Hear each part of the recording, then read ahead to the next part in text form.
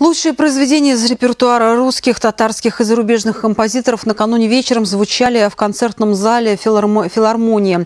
На казанских подмостках выступили мастера вокального искусства из Татарстана и Башкортостана. Концерт прошел в рамках международного фестиваля «Филармониада», что проходит в столице Татарстана уже 5-й раз. Исполнением артистов насладилась и Карина Насрудинова.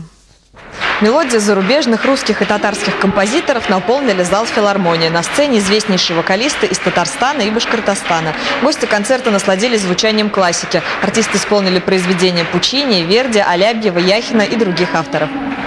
Своим лирико-колоратурным сопрано Алина Латыпова радует башкирских зрителей уже более 15 лет. Колоратурным голос называется потому, что легко передает разные вокальные украшения – колоратуры. Тонкий орнамент мелодии ассоциируется со сказочными образами, поэтому на родине певица исполняет партии «Снегурочки» и «Царицы ночи». Ее тембр знакомый казанскому зрителю. Нередко вокалистка выступает и на татарстанских подмостках.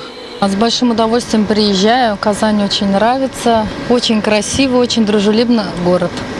Георгий Ибушев, Альфия Галимова, Руслан Сайфудинов. Вот лишь некоторые имена исполнителей, что радовали гостей филармонического концерта. Голоса вокалистов звучали под инструментальное сопровождение оркестра с патриотичным названием «Татарика». Казанские меломаны от такого тандема были в восторге. Эмоции выражали аплодисментами. Я лично иностранная студентка в Казани. И мне очень интересно посещать такие концерты, потому что это можно познать культуру Татарстана и Башкирии к тому. Наш город, наши зрители очень любят концерты, эстрадных исполнителей. И не только своих, но и артистов Башкирии. И мы с удовольствием здесь находимся.